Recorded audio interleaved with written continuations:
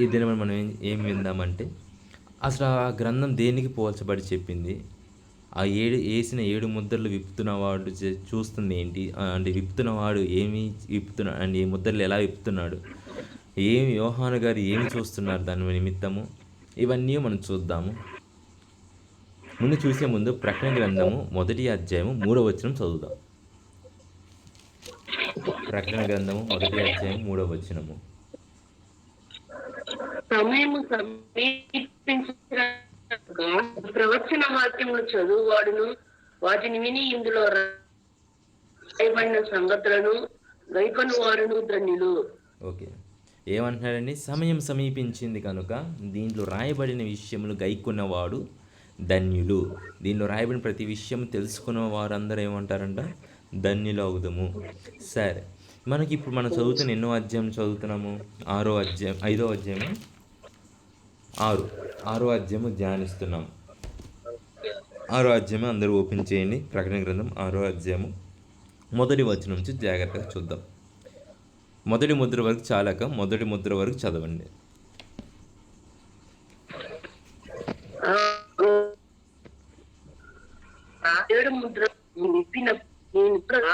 ఆ 4 జీవులలో రమ్ము ఉరుము వంటి స్వరముతో చెప్పుట వింటిని. మరియు నేను చూడగా ఇదిగో ఒక తెల్లని గుర్రము కనబడెను. దాని మీద ఒకడు ఇల్లు పట్టుకొని కూర్చుండి ఉండెను.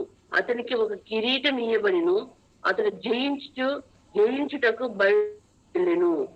చాలండి. ఇక్కడ మనం చూస్తుంది దేవుడు మొదటి ముద్రని విప్పుతున్నాడు. సరే, ఆ మొదటి ముద్రని విప్పే ముందు అసలు ఆ గ్రంథం ఏంటి? మనం ఏం చూసాము గడిచిన దినముల్లో? దాని మీద ఏమీ రాయబడి ఉంది? ఎందుకు ఆ ముద్రలు అంత గట్టిగా వేయబడ్డాయని మనం చూసాం. అసలు ఆ గ్రంథం ఏంటి? ఆ గ్రంథము ఇంతకుముందు ఎవరైనా చూసారా? అసలు ఎవరు రాశారు అసలు ఆ గ్రంథాన్ని? ఆ విషయాలు కూడా మనం ధ్యానిద్దాం. దానియేలు గ్రంథం 12వ అధ్యాయము 4వ వచనం చూద్దాం. దానియేలు 12:4.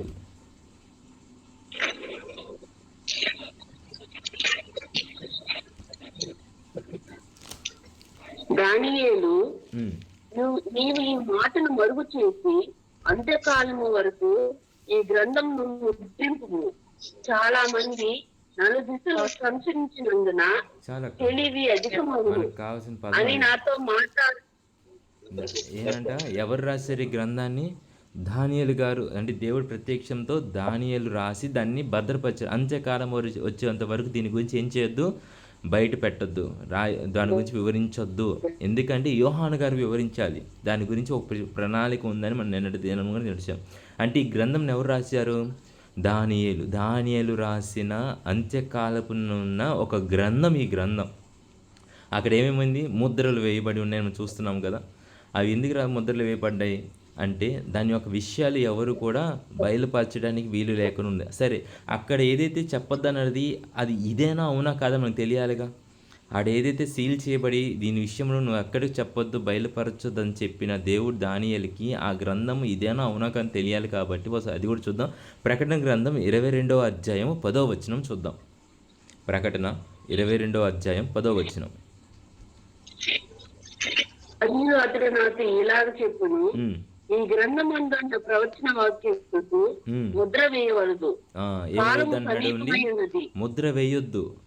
ఎందుకంటే ముద్ర వేసిన దాన్ని ఇప్పుడు ఏం చేసాం? ఓపెన్ చేసాం. ఈ విషయాలు కూడా నువ్వు ముద్ర చేయాల్సిన అవసరం లేదు. ఎందుకంటే మనం ఎందులో ఉన్నాం అంటున్నాడు. చదవక్క. ముద్ర వేయవలదు. కాలము సమీపై ఉన్నది. ఏం సమీపమైంది? కాలము సమీపమై ఉన్నది. చదవండి. అన్యాయం చేయువాడు ఇంకనూ అపవిత్రుడైన వాడు ఇంకనూ అపవిత్రుడుగానే ఉండనివ్వు. నీతిమంతుడు చాలా సరిపోతుంది. పరిశుద్ధుడు. సిగ్నల్ కొంచెం స్లో ఉన్నట్టు. ఈ విషయాలు ఏంటి? కాలం సమీపించింది. ఏ కాలం సమీపించింది? ఆదికాండం 49వ అధ్యాయం 1వ వచనంలో రాయబడి ఉంటుంది. ఏమంటే అంత్యకాలము జరగబోయే సంగతులను మీకు వివరించేదను రండి అంటున్నాడు. ఎవరు? యాకోబు. అంటే మన పితరులకి ఒక దర్శనం ఉండేది. ఏ దర్శనం అంటే అంత్యకాలంలో ఏం జరగబోతుంది, ఎలా జరగబోతుంది అనేది పరిశుద్ధాత్మ దేవుడు గానీ, లేదా దేవునితో ఎక్కువ సహవాసం చేసేవాళ్ళు గానీ, దేవుడితో ఎక్కువ నడిచేవాళ్ళు కాబట్టి వాళ్ళకేముండేదంటే ఒక దర్శనం, ఒక విజన్ ఉండేది వాళ్ళకి. ఒక రేపు ఏం జరుగుతుంది, అంత్యకాలములో ఏం జరగబోయే సంగతులన్నీ ఏంటివో అనేది వాళ్ళకి తెలుసు కాబట్టి వాళ్ళు ప్రతి ఒక్కరు ప్రవచించుకుంటూ వెళ్ళారు. అది మన యాకోబు గారే కానీ, లేదంటే దానియేలు, హెజ్కేలు, యెషయా, ఇర్మియా, అదే రీతిగా హానోకు, వీళ్ళందరూ, నోవాహు, ఇవన్నీ కూడా మనం ఏమనుకున్నాము, ధర్మశాస్త్రం అనేది ఏంటంటే జరగబోయే వాటి యొక్క ఛాయలు, అంటే జరగవలసిన విషయములు ముందుగానే గ్లిమ్స్గా ఆ ధర్మశాస్త్రం అందు పాత నిబంధన గ్రంథం మొత్తము రాయబడి ఉంది. సరే, ఇప్పుడు మనం ఒకసారి ఆదికాండం 49 ఒకటో అధ్యాయం కూడా చూద్దాం. ఒకటో వచనము కూడా అక్కడ ఏం రాయబడింది? ఆదికాండం 49వ అధ్యాయం 1వ వచనము. యాకోబు తన కుమారుని పిలిపించి ఇట్లా నేను మీరు కూడా రండి, మీరు కూడి రండి, అంత్య దినములలో మీకు సంభవింపబోవు సంగతులను మీకు తెలియజేసేది. చాలండి. అంత్యకాలపోవు జరగబోయే సంగతులను తెలియచేయుడి. ఎందుకు యాకోబు అంటే క్రీస్తు ఏ యొక్క నక్షత్రం నుంచి వచ్చాడు? యాకోబు నక్షత్రంలో ఆయన వచ్చి ఉన్నాడని లేఖనం సెలవిచ్చి ఉంది.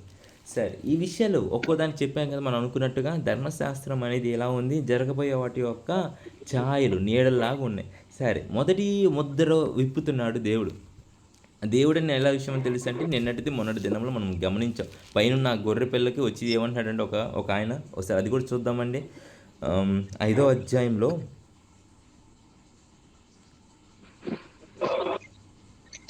9వ వచనం చూద్దాం.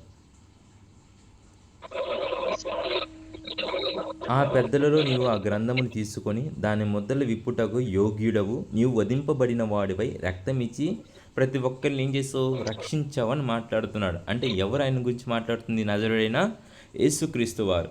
ఎవరు ఆ పెద్ద అంటే నాకు తెలిసి నేనైతే అనుకునేది లేఖనం ప్రకారం దానియేలు గారే వచ్చి ఆ యొక్క గ్రంథాన్ని తీసుకో అని చెప్తున్నాడేమో అనుకుంటున్నాను నేను.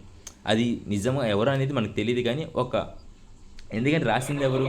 దానియేలు గారే కదా. దానియేలు గారు రాశారు కాబట్టి దాంట్లో ఏమున్న సంగతులన్నీ దానియేలు గారికి తెలుసు కాబట్టి దేవుడు ఇస్తున్న సమయంలో ఇప్పుడు ఇది టైం, ఇది సమయము కాబట్టి నువ్వు దాన్ని తీసుకో, నువ్వే అర్హుడు అని చెప్పినా ఆశ్చర్యపోవడం అవసరం లేదు. అది జస్ట్ నా యొక్క ఊహ మాత్రమే. కానీ మన ఊహలను లేఖనంలో పెట్టకూడదు. కానీ నేను అనుకున్న విషయం అదైతే. సరే, మొదటి ముద్ర, యేసుక్రీస్తు వారు మొదటి ముద్ర విప్పినప్పుడు ఒక తెల్లని గుర్రం కనిపించిందంట. ఏం కనిపించింది? ఒక తెల్లని గుర్రం. ఇప్పుడు ముందు జరిగి 4 ముద్రలు కూడా 4 గుర్రాలకి సాదృశ్యంగా ఉన్నాయి. ఎన్ని గుర్రాలకండి? 4 ముద్రలు 4 గుర్రాలకి సాదృశ్యంగా ఉన్నాయన్నమాట.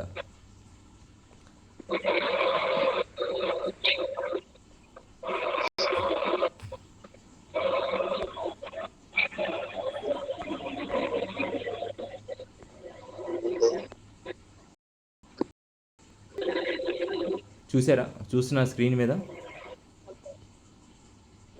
ఇలా రాయబడిన ఒక ముద్ర. ఎన్ని ముద్రలు ఉన్నాయండి? 1 2 3 4 5 6 7 ముద్రలు.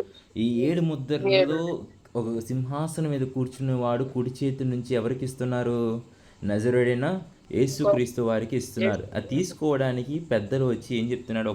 దాంట్లో 24 పెద్దలు ఒక పెద్ద వచ్చి, నీవే అర్హుడవు, నీవు వధింపబడిన వాడువు, అనేక భాషలకు, అనేక వ్యక్తులకు, అనేక ప్రజలకు నీవు రక్షణ ఇచ్చి ఉన్నావు కాబట్టి దీన్ని ఓపెన్ చేయుటకు నీవే అర్హుడు అని చెప్పేస్తే దేవుడు తన యొక్క హస్తముతో తీసుకుంటున్నాడు. తీసుకున్నప్పుడు మొదటి ముద్ర ఓపెన్ చేస్తే దాంట్లో మీరు చూడండి, మొదటి 4 ముద్రలు కనిపిస్తున్న 4 గుర్రాలు ఇవి కనిపిస్తున్నాయా? ఈ మొదటి 4 ముద్రలకి సూచనగా 4 గుర్రాలతో, 4 గుర్రాల పైన ఎవరున్నారు? 4 వ్యక్తులుగా కనిపిస్తున్నారు. ఇది ముందున్న 4 ముద్రల యొక్క విషయాలు. దాంట్లో మనం ఏం గురించి మాట్లాడుతున్నాం అంటే మొదటి ముద్ర. ఈ మొదటి ముద్ర దేని గురించి సాదృశ్యంగా ఉందంటే తెల్లని గుర్రానికి సాదృశ్యంగా ఉంది. దాని మీద కూర్చున్న వాడి నిమిత్తము సాదృశ్యంగా ఉంది. ఇప్పుడు ఈ యొక్క అధ్యాయాన్ని ఒకసారి మరలా చదువుదాం. 6వ అధ్యాయంని ఎక్కడి నుంచి చదువుదామంటే 2వ వచనం నుంచి చూద్దాం. మరియు నేను చూడగా ఇదిగో ఒక తెల్లని గుర్రము కనబడిను, దాని మీద ఒకడు విల్లు పట్టుకొని కూర్చుని ఉన్నాడు. అతనికి ఒక కిరీటం ఇవ్వబడిను. అతడు జయించుటకు బయలుది వెళ్ళెను. ఏమని మాట్లాడుతున్నాడు అక్కడ? ముందు ఒక గుర్రం గురించి మాట్లాడుతున్నాడు, అలానే ఆ గుర్రం మీద ఉన్న ఆ వ్యక్తి నిమిత్తము మాట్లాడుతున్నారు. 2 విషయాలు ఇక్కడ మనం మాట్లాడుకోవాలి. తెల్లనిది అనగానే మనకు 2 సాదృశ్యాలు కనిపిస్తాయండి. ఏ ఏ సాదృశ్యాలు వస్తాయి అంటే, ముందు మనం ఏమనుకున్నాం, తెల్లది అంటే స్వేచ్ఛ. స్వేచ్ఛకి గుర్తుగా మనం ఏం చేస్తాము? తెల్లని వస్త్రాలు, తెల్లని పావురాలు, తెల్లనివి అవి ఎక్కువ వాడతాం. ఆత్మీయ జీవితంలో దాన్ని ఒకవేళ చూసుకుంటే, ఆత్మీయ జీవితం తెల్లని దేనికి సాదృశ్యంగా ఉందంటే పరిశుద్ధతకు సాదృశ్యంగా ఉంది, సమాధానంకి సాదృశ్యంగా ఉంది. రెండు తీరులుగా ఉన్నాయి. ఈ 2 తీరులు కూడా ఒకసారి మనం ఆలోచించి దీనిలో విమర్శించి చూద్దాం. అసలు తెల్లని గుర్రం గురించి మాట్లాడుతున్నాడు. దీని గురించి ఎక్కడైనా రాయబడిందంటే జకర్యా గ్రంథం 6వ అధ్యాయము 1-3 వచనాలు గమనిస్తే అక్కడ మనకి ఈ వివరాలు ఉంటాయి. ఈ గుర్రం అంటే ఏంటి, అసలు గుర్రము ఎందుకు సాదృశ్యంగా ఉంది, ఏంటి అనే విషయం మనకు అర్థమవుతుంది. ముందు గుర్రం గురించి చూద్దాము. గుర్రం తర్వాత దాని మీద కూర్చున్నది ఎవరు, ఏ వ్యక్తి కూర్చున్నాడు, తనకి ఏ అధికారం ఇవ్వబడింది, వేటిని జయిస్తున్నాడు, తన తల మీద ఎందుకు ఆ కిరీటం ఇవ్వబడింది, ఎందుకు విల్లులు ఉన్నాయి, బాణములు ఎందుకు లేవు, ఈ ప్రతి విషయము కూడా మనం జాగ్రత్తగా ధ్యానిద్దాం. ఇవాళ మొదటి ముద్ర గురించి వివరంగా మనం క్లుప్తంగా మాట్లాడుకుందాం. జకర్యా గ్రంథము 6వ అధ్యాయం 1-3 వచనాలు చూద్దాం.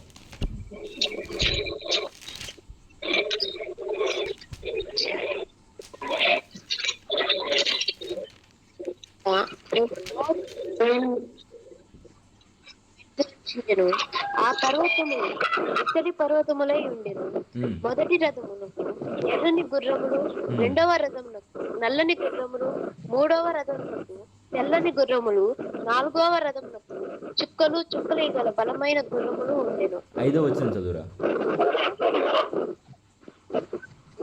అతడు నాతో ఇట్లనెను, అది సర్వలోకనాథుడగు యెహోవా సన్నిధిని విడిచి బయలు వెళ్ళు ఆకాశపు చతుర్వాయువులు నల్లని గుర్రములున్న రథమును. ఏంటి అంటే ఆ గుర్రాలన్నీ దేనికి సాదృశ్యంగా ఉన్నాయి? ఎవరిది వాయిస్ వచ్చేస్తుంది, రైట్. దేనికి సాదృశ్యంగా ఉన్నాయి అంట? చూడండి 5వ వచనం వివరంగా రాయబడింది. అతడు నాతో ఇట్లా నేను, ఇవి సర్వలోకనాథుడి యొక్క యెహోవా సన్నిధిని విడిచి, అంటే పరలోకం నుంచి విడిచి బయలు వెళ్ళు ఆకాశపు చతుర్వాయువులు. ఇంగ్లీష్లో ఏం రాయబడి ఉంటుందంటే స్పిరిట్. ఏంటిదంటే అండి అది ఆత్మలు, దేవుని యొక్క సన్నిధి నుంచి బయలు వెళ్ళిన ఆత్మలు. ఇవి ఆ యొక్క గుర్రాలకి సాదృశ్యంగా ఉన్నాయి. ఏంటి ఇవి ఆత్మలు అంటే, ఈ 4 వైపుల వైపు మనకు ఉన్న 4 దిక్కుల నుంచి రాబోతున్న 4 గుర్రాల మాట. అంటే 4 ఆత్మల గురించి మనం మాట్లాడుతాడు. మనం లోతుగా వెళ్ళే కొద్దీ, ఇంకా మనం ధ్యానించే కొద్దీ మనకి ఈ వివరణ మనకు అర్థమవుతూ వెళ్తూ ఉంటాం. సరే, ఇప్పుడు మనకేం తెలిసింది? గుర్రం అంటే ఏంటిది? దేవుని యొక్క సన్నిధిలో నుంచి బయలుదేరి వచ్చిన 4 యొక్క ఆత్మలు. అంటే మొదటి చూస్తున్నాం కానీ గుర్రములు అంటే ఏంటిది? ఆత్మలకి సాదృశ్యంగా ఉంది. ఎందుకు పైన ఏమున్నామో మనం చదివిన ప్రకటన గ్రంథం చదివిన 4 గుర్రాలు అక్కడ ఉన్నాయా లేవా? అవే 4 గుర్రాల గురించి మాట్లాడుతూ దేవుడు కింద ఏం మాట్లాడుతున్నాడు? ఇవి అతడు నాతో ఇట్లనే, ఇవి సర్వలోకనాథుడగు యెహోవా సన్నిధిని విడిచి బయలు వెళ్ళు ఆకాశపు చతుర్వాయువులు. అంటే స్పిరిట్స్, ఆత్మలు. 4 ఆత్మలు బయలుదేరి వచ్చినాయి. ఆ గుర్రములు దేనికి సాదృశ్యంగా అంటే ఆత్మలకు సాదృశ్యంగా ఉన్నాయి. అందరూ ఏమంటారంటే చాలామంది వరకు ఇది ఎవరో కాదు, అంత్యక్రీస్తు, అంటే ఆ పైన కూర్చున్న వ్యక్తి ఎవరంటే ఆ అంత్యక్రీస్తే వస్తున్నాడు అని కొంతమంది వాదన అంటే ఏంటంటే అది తెల్లని గుర్రం మీద వస్తున్నాడు ఎవరంటే నజరేయుడైన యేసుక్రీస్తు వారే వస్తున్నారు అని చెప్పేసి ఒకటి మాట్లాడతారు. ఈ రెండిట్లో ఏది నిజం చూద్దాం. ఒకటి వచ్చేసి మనం ధ్యానిస్తున్నప్పుడు మొదటి ముద్ర విప్పినప్పుడు ఎవరు వస్తున్నారండి? తెల్లని గుర్రం మీద ఒక వ్యక్తి వస్తున్నాడని చెప్పాం. ఇప్పుడు క్రీస్తే వస్తున్నట్లయితే మరి 2వ ముద్ర విప్పుతుంది ఎవరు? మరి 7 ముద్రలు విప్పగల సమర్థుడు ఎవరు అక్కడ పరలోక రాజ్యంలో? మనం నిన్నటి దినం మనం ధ్యానించాం. భూలోకంలో కానీ పరలోకమునందు కానీ భూమి క్రింద కానీ దాన్ని చూచువారు విప్పువారు ఎవరునూ లేకపోయి ఉన్నారు. అంటే యేసుక్రీస్తు వారు మొదటి గుర్రం మీద వచ్చినట్లయితే మరి 2వ ముద్ర విప్పేది ఎవరై ఉంటారు? కాబట్టి మొదటి గుర్రం మీద వస్తుంది ఎవరు? క్రీస్తు కాదు. మనకి ఈ విషయం మనకు క్లుప్తంగా అర్థమైంది. రెండో అంశం ఏంటి? అది వస్తుంది అంత్యక్రీస్తు అంటున్నాడు. అంత్యక్రీస్తే మొదటి గుర్రం మీద వచ్చేస్తున్నట్లయితే ఇంకనూ 3 గుర్రాల గురించి చెప్పబడింది. మరి ఆ గుర్రముల మీద వచ్చేది ఎవరు అంటే రెండోది కూడా అర్థమైంది ఏంటిది? వచ్చేది అంత్యక్రీస్తు కాదు. కానీ అంత్యక్రీస్తు రావడానికి కావలసి ఉన్న ప్రతి ఒక్క అంశము జరిగించి వాళ్ళు వస్తున్నారు. అర్థమవుతుంది చెప్తుంది. వస్తుంది యేసుక్రీస్తు వారు కాదు, అంత్యక్రీస్తు వారు కూడా కాదు, అంత్యక్రీస్తు కూడా కాదు. ఎందుకంటే అంత్యక్రీస్తు మొదటి గుర్రం మీద వచ్చేస్తే మరి రెండో గుర్రం ఎందుకు వస్తుంది, మూడో గుర్రం ఎందుకు వస్తుంది, నాలుగో గుర్రం ఎందుకు వస్తుంది, ఎందుకు మళ్ళీ ఆ గుర్రముల యొక్క వివరణ మళ్ళీ ఆ ముద్రలు ఇవ్వబడిన ఎందుకు ఇవ్వబడి ఉండే అంటారు? ప్రతిదీ మనం జాగ్రత్త క్లుప్తంగా అర్థం చేసుకునే ప్రయత్నం చేద్దాం. జకర్యా గ్రంథం 6వ అధ్యాయము 8వ వచనం కూడా ఒకసారి చూద్దామా? జకర్యా 6వ అధ్యాయం 8వ వచనము. అప్పుడు అతడు నన్ను పిలిచి, ఉత్తర దేశంలోనికి పొమ్ము, వాటిని చూడుము, అవి నా ఆత్మను నెమ్మదిపరచునని నాతో అనెను. దేవుడు ఇక్కడ ఎలా మాట్లాడుతున్నాడు అంటే కొంచెం కోపంగా మాట్లాడుతున్నాడు. సరే, ఇవి పొమ్ము అని చెప్తున్నారు. పొమ్ము అనేది ఎవరు, ఎక్కడి నుంచి? మనం గాబ్రియల్ దూతను ఏమంటాము? నేను పరలోకం నుంచి పంపించబడిన దానిని. మిఖాయేలు గురించి మాట్లాడు, పరలోకం నుంచి వచ్చిన వాడిని. క్రీస్తు కూడా నేను పైనుంచి వచ్చిన వాడినే అనే విషయాలు మనం గమనిస్తుంటే, అంటే పంపించింది ఎవరు? యెహోవాయే పంపించాడు, అంటే తండ్రియే పంపించాడు. ఎందుకు పంపించాడు అంటే జరగవలసిన కార్యము నిమిత్తము ఈ విషయములను పంపించి ఉన్నాడు. సరే, ఆ యొక్క వ్యక్తి ఎవరు? ఆ వ్యక్తి తెలియాలంటే అసలు ఆ వ్యక్తి వివరణ ఎలా ఉందో ఒకసారి మళ్ళీ ప్రకటన గ్రంథం చూద్దాము. ప్రకటన గ్రంథము 6వ అధ్యాయము సేమ్ మళ్ళీ అదే వచ్చిన జాగ్రత్తగా గమనిద్దాం, ధ్యానిద్దాము. ఆ యొక్క మనుషుని యొక్క పోలిక ఎలా చెప్పబడుతుంది? దాని మీద ఒకడు విల్లు పట్టుకొని కూర్చొని ఉన్నాడు. అక్కడ విల్లు అని మాత్రమే రాయబడింది, కానీ అక్కడ ఏం లేవు, బాణాలు లేవు. విల్లు దేనికి సాదృశ్యంగా ఉందంటే యుద్ధము చేయడానికి సాదృశ్యంగా ఉంది. కానీ యుద్ధం చేయడానికి ఏమి లేవు వాడి చేతిలో, బాణములు లేవు. ఎందుకు బాణములు అన్న మీరు ఎలా చెప్తారు అంటే, అక్కడ ప్రతిదీ అంత స్పష్టంగా రాసినప్పుడు బాణములు పట్టుకుని ఉన్నాడైతే బాణములు కూడా ఏం చేయాలి, రాసేవాడు కదా. అంటే అక్కడ వాడి చేతులు ఏమి లేవు, బాణములు లేవు. అక్కడికి ఏం రాయబడింది, దాని మీద ఒకడు విల్లు పట్టుకొని కూర్చుని ఉండెను, అతనికి ఒక కిరీటం ఇవ్వబడెను, అతడు జయించుటకు బయలు వెళ్ళును. కిరీటముల గురించి 24 పెద్దలకు కూడా ఏమి ఇవ్వబడ్డాయి, కిరీటాలు ఇవ్వబడ్డాయి. అంటే 24 పెద్దలు కిరీటాలు ఇవ్వబడ్డాయి కాబట్టి 24 పెద్దలో ఒకడే కూర్చున్నాడేమో అని అనుకోవడానికి లేదు. ఎందుకంటే కిరీటం దేనికి సాదృశ్యం ఉందంటే అధికారానికి, రాజ్యమునకు అధికారం ఇవ్వబడింది. అయితే వాడి చేతులు ఏముంది, అక్కడ మనం 24 పెద్దలు కూర్చున్న వాళ్ళు ఎవరి చేతిలో కూడా విల్లులు లేవు. వాళ్ళు ఎలా కూర్చుని ఉన్నారు, మామూలుగా కూర్చొని కిరీటం ధరించుకొని ఉన్నారు, అంత మాత్రమే. విల్లును పెట్టుకున్న వారు లేరు కాబట్టి ఆ 24 పెద్దల్లో కూడా వీళ్ళు కాదు. వీళ్ళు ఎవరి గురించి మాట్లాడుతున్నారంటే రాబోచున్న శ్రమల నిమిత్తం మాట్లాడుతున్నారు. జరగవలసిన కార్యం చేయు వాడి నిమిత్తం, శోధన నిమిత్తము. కానీ ఈ విషయం మనకు ఎలా అర్థమవుతుందంటే ప్రకటన గ్రంథం 6వ అధ్యాయం 8వ వచనంలో రాయబడి ఉంటుంది. చూడండి, ప్రకటన గ్రంథం 6వ అధ్యాయము 8వ వచనము. అప్పుడు నేను చూడగా ఇదిగో పాండూరు వర్ణము గల ఒక గుర్రము కనబడెను, దాని మీద కూర్చున్న వాని పేరు మృత్యువు. మృత్యువు అంటే ఏంటిది? చాలక మృత్యువు అంటే ఏంటిది? ఆడకొచ్చే ఒక సమస్య.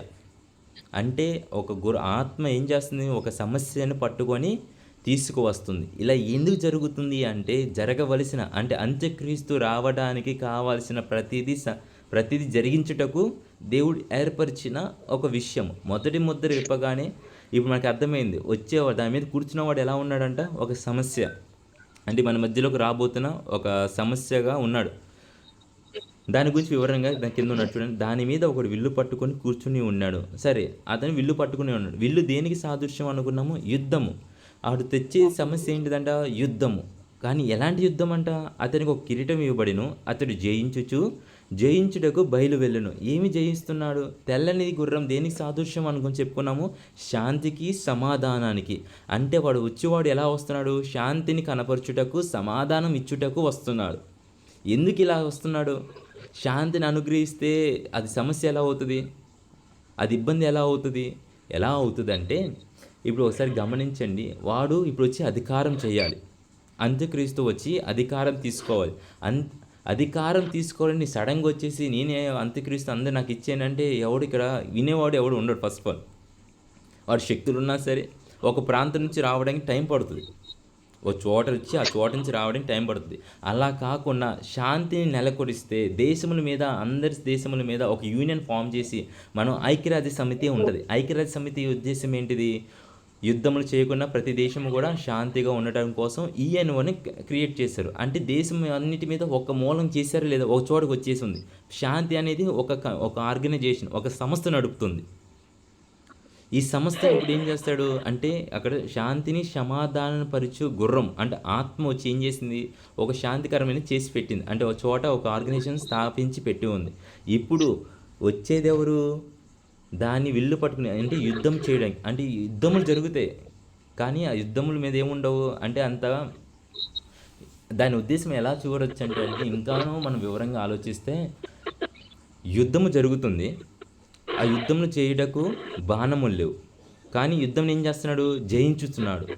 అంటే శాంతిని ఏం చేస్తున్నాడు, అందరికి ఇచ్చి యుద్ధము లేకుండా యుద్ధం జరుగుతుంది. యుద్ధం జరిగే ఒక సందర్భము వచ్చినను, యుద్ధము జరగాల్సిన వాతావరణం క్రియేట్ అయినను ఈ యుఎన్ఓ కానీ లేదా శాంతి ఆర్గనైజేషన్ సంస్థలు కానీ వచ్చి ఏం చేస్తున్నాయి అంటే ఆ యుద్ధాన్ని ఆపివేస్తున్నాయి. దీనికి సాదృశ్యంగా ఉంది. ఈ యొక్క మర్మంను మనం గ్రహించగలిగితే అంటే ఆల్రెడీ మనకి మీరు గూగుల్లోకి వెళ్ళి కొట్టండి, పీస్ ఆర్గనైజేషన్స్ కొడితే చాలా 27-30 సంస్థల దాకా వస్తాయి. గ్లోబల్ పీస్ అని ఉంటుంది, యుఎన్ఓ ఉంటుంది, యునైటెడ్ నేషనల్స్ ఉంటాయి, అలానే వరల్డ్ పీస్ ఆర్గనైజేషన్ ఉంటుంది, గ్లోబల్ పీస్ ఆర్గనైజేషన్, ఇలా అనేక రకమైన పీస్ ఆర్గనైజేషన్స్ చాలా రకాలుగా ఉంటాయి. ఎందుకంటే యుద్ధంలో ఒకదాని మీద ఒకటి జరగకుండా ఉండాలని. కానీ యుద్ధంలో వివరాలు మనకి ఏం చేస్తున్నాం, వింటూనే ఉన్నాం. కొంతకాలం వరకు లేవు, సడన్గా వింటున్నాం. అంటే వాడు చేయవలసిన అంటే మొదటి ముద్ర మనకి ఏమైనట్టు అర్థం చేసుకోవాలా, విప్పబడింది అని అర్థం చేసుకోగలగాలి. మొదటి ముద్ర ఏమైందంట, విప్పబడింది. కాబట్టి దీని గురించి మనం చదివాం. ప్రకటన గ్రంథంలో 1వ అధ్యాయం 3వ వచనం ఏముంది, గైకొన్న వాడు ధన్యుడు, అంత్యకాలం జరిగే ప్రతి విషయములు కాలము సమీపించి ఉన్నదని గ్రహించిన వాడు ధన్యుడు అని మాట్లాడుతున్నాడు. కాబట్టి మొదటి ముద్ర అనేది విప్పబడింది. దీనివల్ల శాంతి సమాధానాలు ఉన్నాయా లేవా, ప్రతి దేశం మీద ఒక ఆర్గనైజేషన్ ఉందా లేదా, మన న్యూస్లో చూస్తాం, అన్ని విషయాలు చూస్తాం. ఆర్గనైజేషన్ క్రియేట్ చేసుకొని ప్రతి శాంతి సమాధానములు తర్వాత కూడా జరగబోతుందని, 7 ఏళ్ళ శాంతి ఒప్పందం ఒకటి జరగబోతుందని చెప్పేసి కొంచెం విషయములు బయటకు వస్తేనే దాని మీద ఇంకనూ క్లారిటీ లేదు, కానీ త్వరలో అది జరగనున్నది. సరే, వీడు వచ్చిన వాడు ఎలా ఉన్నాడు, శాంతి సమాధానములు తీసుకువచ్చి దాన్ని యుద్ధం చేయడు, కానీ దాని మీద ఏమవుతున్నాడంట, జయం పొందుతున్నాడు, జయం వస్తుంది. దీని నిమిత్తం వాడికి ఏమి ఇవ్వబడింది, ఒక కిరీటం ఇవ్వబడింది. అంటే వచ్చి అంత్యక్రీస్తు దేంట్లో నుంచి రాబోతున్నాడు, ఈ యొక్క ఆర్గనైజేషన్లో నుంచి రాబోతున్నాడు. అర్థమవుతున్న విషయం అంటే దాని యొక్క మార్గం ఏర్పరచుటకు దేవుడు దీన్ని అనుమతించి ఉన్నాడు. మొదటి ముద్ర ఓపెన్ చేయగానే దాని అర్థము తెల్లని ఒక గుర్రము మీద ఒక విల్లు పట్టుకుని వాడు వస్తున్నాడంటే శాంతిని కలుగు చేయుటకు, అంటే అందరి మీద కూడా శాంతి ఉన్నది అని చెప్పుకుంటూ వస్తున్నాడు. కానీ అది నిజమైన శాంతి కాదండి, అది తాత్కాలికమైన శాంతి. అందుకే కాబట్టే కదా యుద్ధములు జరుగుతూనే ఉన్నాయి. అది శాశ్వతమైన శాంతి అయితే అసలు ఎక్కడ కూడా యుద్ధములు జరగకూడదు. అది శాశ్వతమైనది కాదు, తాత్కాలికమైనది. అందరూ ఒక చోటకు వచ్చి ఒక ఒప్పందాలు చేసుకోవడానికి మాత్రమే నియమించబడి ఉన్నది. ఇది వాడికి కలిగించి ఉన్నది. అంటే మొదటి ముద్ర ఏమైనట్టు, విప్పబడినట్టు. సరే, దాని కింద మూడవ వచనం చూడండి. అది ఎందుకు నేను తాత్కాలికమైన శాంతి సమాధానం అంటున్నానంటే మూడవ వచనం చూస్తే మీకు అర్థమవుతుంది. ఆయన 2వ ముద్ర విప్పినప్పుడు రమ్ము అని 2వ జీవి చెప్పుట వింటిని. ఇక జాగ్రత్త గమనిస్తే ఇందాక దాకా మనకు వినిపించిన స్వరములన్నీ ఎవరి స్వరములు, 7 దీపస్తంభముల మధ్యలో ఉన్నవాడు చెప్పు సంగతులు, 7 నక్షత్రములు పట్టుకున్నవాడు చెప్పు సంగతులు, గొర్రెపిల్ల చెప్పుచున్న మాటలు, ఒక శబ్దం వినిపించింది, బోరధ్వని వంటి శబ్దం వెనక నుంచి వినిపించగానే తేరు చూడగానే తన యొక్క మహిమను చూసి పడిపోయాను, ఇలా వర్ణించుకుంటూ వస్తున్నాను. అది అన్ని విషయాలు ఎవరి గురించి చెప్పాడు, నజరేయుడైన యేసుక్రీస్తు వారి గురించి చెప్పారు. ఇక్కడ ముద్రలు ఇప్పుతుంది ఎవరు, క్రీస్తు ముద్రలు ఇప్పుతున్నాడు. కాబట్టి వచ్చుచున్న స్వరములు ఏంటివంట, అక్కడున్న 4 జీవులు ఒక స్వరం ఎత్తి మాట్లాడుతుంది. ఆయన 2వ ముద్రను విప్పుతున్నప్పుడు, అంటే దేవుడు 2వ ముద్రని విప్పుతున్నాడు.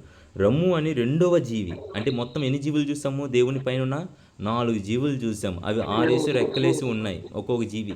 అంటే దేనికి అవి వాటి పేర్లు ఏమని చెప్పుకున్నాం మనం, సెరేబులు అని చెప్పుకున్నాం. ఆ సెరేబులో మొదటి ముద్రను విప్పుతున్నప్పుడు ఒకటి మాట్లాడింది, ఇప్పుడు 2వ ముద్రను విప్పుతున్నప్పుడు ఇంకోటి మాట్లాడుతుంది. అదిగోండి, ఆయన 2వ ముద్ర విప్పుతున్నప్పుడు రమ్ము అని 2వ జీవి చెప్పుట వింటిని. అప్పుడు ఎర్రనిదైన వేరొక గుర్రము బయలువెళ్ళెను. ఎర్రని యొక్క గుర్రము బయలుదేరి వెళ్ళెను. మనుష్యుని ఒకడు చంపుకునుట, భూలోకంలో సమాధానం లేకుండా చేయుటకు ఈ గుర్రము మీద కూర్చున్న వాడికి అధికారం ఇవ్వబడిందంట. అంటే మొదటి వాడు వచ్చి శాంతి సమాధానం పెట్టినట్టయితే 2వ గుర్రం వచ్చి ఏం చేస్తుంది, దాన్ని తీసివేస్తుంది. అంటే దాని అర్థం మొదటి వచ్చిన వాడు తాత్కాలికమైన శాంతి సమాధాన పరచుటకు, ఎందుకంటే వాడు రావాల్సి ఉంది. వాడి ఇప్పుడు డైరెక్ట్గా వచ్చేసాడు అనుకోండి, డైరెక్ట్గా వస్తే ఏమంటారు, అందరూ అప్రమత్తం అయిపోతారు, జాగ్రత్త పడతారు. ఓకే, క్రీస్తు అంత్యక్రీస్తు వచ్చేసాడు కాబట్టి మనం ఏం చేయాలా, క్రీస్తు అంటే ఇది బైబిల్ పరంగా జరుగుతుంది కాబట్టి, అంటే ఇవి చెప్పుతున్న విషయాలు కూడా దేవుని విడిచపడతారనే విషయం కూడా చెప్పబడుతుందా లేదా లేఖనం ద్వారా? ఆయన వచ్చినప్పుడు రెండవ రాకడలో కొంతమంది ఎత్తపడతారు, అనేకులు విడిచబడతారని చెప్తుంది లేఖనమే. అంటే ఈ విషయంలో గైకున్న వాళ్ళు ఇప్పుడు ఫారెన్లో అందరికీ దగ్గర బైబిల్ ఉంటాయండి, అంత మాత్రం అందరు క్రైస్తవులు కాదు. మరి బ్రిటిష్ వాళ్ళు చాలామంది ఏమంటారంటే, బ్రిటిష్ వాళ్ళు క్రీస్తువులు వచ్చారు కదా, క్రైస్తవులు కాదండి. బ్రిటిష్ వాళ్ళందరూ క్రైస్తవులు కాదు, బ్రిటిషర్సే. దాంట్లో మిషనరీలు తీసుకొచ్చిన వాళ్ళు మాత్రమే క్రైస్తవులు. మన చరిత్ర ఒకసారి జాగ్రత్త 6వ తరగతి చరిత్ర హిస్టరీ పుస్తకాలు ఒకసారి తీస్తే మనకు ఈ విషయం వివరంగా అర్థమవుతాయి. ఏమని అర్థమవుతాయి, వాడిని మనం కొల్లగొట్టుకోవడానికి వచ్చారు మొదటిది. వచ్చిన తర్వాత British company, east India company అనేది మన దేశంలో రానియకుండా ఆపుకుంది కూడా వాళ్ళే. ఎందుకంటే ఇక్కడ జరుగుతున్న అక్రమాలు ఎక్కడా ఎందుకంటే బ్రిటిష్ యువరాణి ఏం చేసింది, మీరు వ్యాపారం చేసుకోవడానికి మాత్రమే అధికారం ఇచ్చి పంపించిందామా. ఇదంతా మన 6th క్లాస్ నుంచి 10th క్లాస్ పుస్తకాలు అన్నీ వివరంగా ఉంటాయి. ఇచ్చి పంపించినంత వరకు వీళ్ళు ఏం చేశారు, ఇక్కడున్న రాజకీయంలో తలపెడతారు, ఇక్కడున్న సమస్యల్లో తలపెడతారు, ఆర్థిక స్థితిలో తలపెడతారు, యుద్ధంలో చేతులు పెట్టేస్తారు. అన్ని విషయాలు వచ్చింది దేని నిమిత్తము, వ్యాపార నిమిత్తం చేసుకోవడానికి వచ్చిన వాళ్ళు అన్ని విషయంలో అధికారంగా మనోళ్ళు ఇచ్చేశారు. ముందు మన విషయం మాట్లాడుకుంటే మనమే చేతులారా చేసుకున్నాం. ఎందుకంటే ఒకరి మీద ఒకరు పడదు కాబట్టి ఇంట్లో ఉన్న రహస్యాలన్నీ తీసుకెళ్ళి ఏం చేస్తాం, మనం బయట పెడతాం. ఒక గొడవ జరిగింది అనుకోండి, వెంటనే ఏం చేస్తాం, బయటకు వచ్చేసి రోడ్ల మీదకి వచ్చేసి నువ్వు అది అప్పుడు అది చేసావు ఇది చేసావు అని మొత్తం తవ్వుకుంటాం లేదా. ఇలా తవ్వుకున్నప్పుడు వాళ్ళు కూడా అంతే తవ్వుకున్నప్పుడు ఏమైంది, వాళ్ళ అధికారం అంతా వీళ్ళ చేతిలోకి వచ్చేసింది. ప్రతిదీ వీళ్ళ ఆది నుంచి మార్చుకున్నారు. కాబట్టినే ఈ బ్రిటిష్ ఈస్ట్ ఇండియా కంపెనీని డైరెక్ట్గా లోపలికి రానియలేదు. తర్వాత బ్రిటిష్ ఇండియా ఈస్ట్ కంపెనీ లోపలికి వచ్చి అధికారం, యువరాణి అధికారం అంటే 1773లో సంథింగ్లో జరుగుద్ది అనుకుంటాండి. అప్పుడు అధికారం వాళ్ళ చేతులకు వెళ్తుంది. అప్పుడు మిషనరీలు వస్తాయి. అప్పుడు మిషనరీలు వచ్చి చదువుకోవడానికి బళ్ళు కడతారు, వైద్యం తీసుకొస్తారు. ఎవరైతే అంటురాని వాళ్ళు ఉన్నారో అప్పుడు వాళ్ళని దగ్గర తీసుకుంటారు, వాళ్ళని ఆదరిస్తారు, ఓదారుస్తారు, మందిరాలను తీసుకువెళ్తారు, దేవుని గురించి పరిచర్య చేస్తారు, బాప్తిజాలు, ఇవన్నీ అలా జరిగినాయి. అంటే క్రైస్తవులు అని పేరు పెట్టిన వాళ్ళందరూ క్రైస్తవులు అయిపోరు. అలానే ఫారిన్ కంట్రీలో ఉన్న వాళ్ళందరూ క్రీస్తులు అవ్వరు. ఎందుకంటే మన భారతదేశంలో మీద కన్నా కూడా అక్కడ ఇంకనూ పాపం అనేది వ్యాజ్యం ఆడుతుంది. మహాబబులోను అది. మహాబబులోని ఇప్పుడు దేన్ని పిలుస్తున్నారు, దుబాయ్ని పిలుస్తున్నారా లేదా, ద గ్రేట్ దుబాయ్ అని పిలుస్తున్నారా. ఎందుకని బూజ్ ఖలీఫా ఉన్నదని చెప్పేసి దాన్ని ఏమంటున్నారు, అందమైన సౌందర్యమైన గొప్ప పట్టణమైన దుబాయ్ అని పిలుస్తున్నారు. అంటే దీని ప్రకటన గ్రంథంలో రాయబడిన ఆ యొక్క ప్రాంతం కూడా ఏమవుతుందంటే ఆ దుబాయే అవుతుంది. సరే, మన విషయం అది కాదు. కానీ మొదటి ముద్ర విప్పబడినప్పుడు వాడు ఏం తీసుకొస్తున్నాడంట, శాంతి సమాధానములను తీసుకొచ్చిన వాడు ఏం చేస్తున్నాడు, ఒక ఆర్గనైజేషన్ ఫామ్ చేసి శాంతిని నెలకొరుస్తున్నామని చెప్పేసి దాని యొక్క నిమిత్తము వాడు ఏం చేస్తున్నాడు, ఒక ఆర్గనైజేషన్ క్రియేట్ చేసి దీని మీద శాంతిని తీసుకొచ్చే ప్రయత్నం చేస్తున్నాడు. చేసినంత మాత్రాన ఏమవుతుందంట, వాడు అదన్నీ రావడానికి మనం ఏమనుకున్నాం, ఒక మార్గాలు, అంత్యక్రీస్తు రావడానికి అవన్నీ జరుగుతున్న మార్గాలు. రెండవ ముద్ర విప్పబడింది. రెండవ ముద్ర దేనికి సాదృశ్యంగా ఉందో చూద్దాం. ఆయన రెండవ ముద్ర విప్పినప్పుడు రమ్ము అని రెండవ జీవి చెప్పుట వింటిని. ఈ ఎరుపు దేనికి సాదృశ్యంగా ఉంది, మనం తీసుకునే బల్లకు సాదృశ్యంగా ఉంది, కమిట్మెంట్కి సాదృశ్యంగా ఉంది. అలానే రక్తం దేనికి ఉంది, యుద్ధానికి గుర్తుగా ఉంది. అలానే రక్తం దేనికి ఉంది, పాపానికి గుర్తుగా ఉంది. అంటే ప్రతిదీ మనం 2 కోణాలను చూస్తున్నాం. ఒకటేమో శారీరకంగా ఆలోచించే విధానం ఒకటి, రెండోది అంతరంగములు ఆత్మీయ నేత్రములతో చూసే కోణం ఒకటి. ఈ 2 కోణములు చూస్తున్నాం. ఈ 2 కోణములు చూస్తున్నప్పుడు చూడండి ఏమంటున్నాడు, అప్పుడు ఎర్రనిదైన మరొక గుర్రము బయలువెళ్ళెను, మనుషుని ఒకడు చంపుకునుట, భూలోకములు సమాధానం లేకుండా చేయుటకు ఈ గుర్రము మీద కూర్చున్న వానికి అధికారం ఇవ్వబడింది అని చెప్తున్నాడు. మరియు అతనికి ఒక పెద్ద ఖడ్గం కూడా ఇవ్వబడింది. ఖడ్గం దేనికి సాదృశ్యంగా ఉంది, యుద్ధము చేయుటకి. అంటే మనం వింటున్నది రెండో వాటి ఏంటిది, యుద్ధములు. గుర్రములు అనగానే మనం ఏం అర్థం చేసుకున్నాము, ఆత్మలు, రైట్. ఇప్పుడు పైన కూర్చున్నవాడు ప్రతి ఒక్క వచ్చే సమస్యల నిమిత్తం సమస్యలకి సాదృశ్యంగా ఉంది. రెండోది దేనికి సాదృశ్యంగా ఉంది అంటే యుద్ధానికి సాదృశ్యంగా ఉంది. అందుకని దేవుడు మత్తయి సువార్తలో కానీ లోక సువార్తలో ఏం చెప్పండి, నేను వచ్చే సమయంలో ఎలా ఉంటాయి అంటే యుద్ధ వాతావరణం నెలకొంటుకుంటాయి, భయపడకుడి, ఇవి జరగవలసినవి ఉన్నవి, జరగాలి. ఎందుకు యుద్ధములు జరగాలి, ఎందుకంటే దేవుడు ఇచ్చిన వాగ్దానం ఉంది. చెదరగొట్టబడిన యూదులందరూ ఒక చేతులు చేరాలి. చెదరగొట్టబడి వెళ్ళిపోయిన ప్రతి ఒక్క యూదుడు మరలా తిరిగి వచ్చి ఆ యొక్క ప్రదేశం, వాగ్దాన ప్రదేశంలో కూర్చుండాల. ఇప్పుడు చూడండి, మనం అక్కడ టైటస్ మొత్తం ఎన్నిసార్లు ఇజ్రాయెల్ జనముల మీద యుద్ధం ప్రకటించాడంటే 2 సార్లు. ఎన్నిసార్లు దేవాలయం కూలిపోయింది? 2 సార్లు దేవాలయం కూలిపోయింది. ఎప్పుడు కూలిపోయింది? మొదటి దేశము నజరేయుడైన యేసుక్రీస్తు రాకముందు ఒకసారి కూలిపోయింది. ఎప్పుడు బబులోను వాళ్ళు వచ్చేసి ఏం చేస్తారు, పడగొట్టేసి వాళ్ళని బందీగా తీసుకొని వెళ్ళిపోయి, మళ్ళీ కొరేషు రాజు కాలంలో ఏం చేస్తారు, మళ్ళీ వెళ్ళి మీ మందిరం కట్టుకొని అడగగా తనే సహాయం చేసి మందిరం కట్టిస్తాడు. అది రెండోది. ఏ మందిరం పడిపోతే సొలొమోను రాజు కట్టించిన మందిరము బబులోను వాళ్ళు వచ్చి పడగొడతారు. రెండవది ఎవరు కట్టించేదంటే కొరేషు రాజు సహాయ కాలంలో జరుగుతుంది అన్నమాట. అన్యుడే, దాని గురించి కూడా రాయబడింది, కీర్తన గ్రంథంలో రాయబడి ఉంటుంది. అలానే మన పాత నిబంధన గ్రంథం చాలా చోట్ల రాయబడింది. కొరేషు రాజు అన్యుడైనను సరే దేవుని విషయంలో జ్ఞానంగా ఆలోచించి దాని మందిరం కట్టుంటకు తన శక్తిని బలమును ఇచ్చాడని, అంటే దానికి కావాల్సిన సంపదనందు ఇచ్చాడని. అలా రెండో మందిరం కట్టబడింది. ఈ రెండో మందిరం ఎప్పుడు నాశనం అయిందంటే యేసుక్రీస్తు మరణించిన తర్వాత. ఏదైతే యేసుక్రీస్తు మరణంలో వాళ్ళు అన్న ఒక మాట, ఈ పాపము నా మీదను మా పిల్లల మీద ఉండుదురుగాక అని వాళ్ళు ప్రవచించుకున్నారు. వాళ్ళ నోటితో వాళ్ళే ప్రవచించుకున్నారు. దాని నిమిత్తం టైటస్ వచ్చారు. మన చరిత్ర తర్వాత తీసుకొచ్చి మాట్లాడుకుంటుంటే అలెగ్జాండర్, టైటస్ ఇలాంతా ఒక కాలంలో జరుగుతాయండి. ఇలా వచ్చినప్పుడు యుద్ధం జరిగిన తర్వాత వెంటనే యూదులంతా ఒక చోట ఉండవలసిన యూదులంతా ఏమయ్యారంటే చెల్లాచెదురైపోయారు. అన్ని చోట్ల వ్యాపించారు. రష్యాలో, కొరియాలో, అమెరికాలో, ఇండియాలో కూడా ఉన్నారండి. ఆఖరి గుంటూరు ప్రాంతంలో ఉన్నారు, శ్రీకాకుళం ప్రాంతంలో ఉన్నారు యూదులు.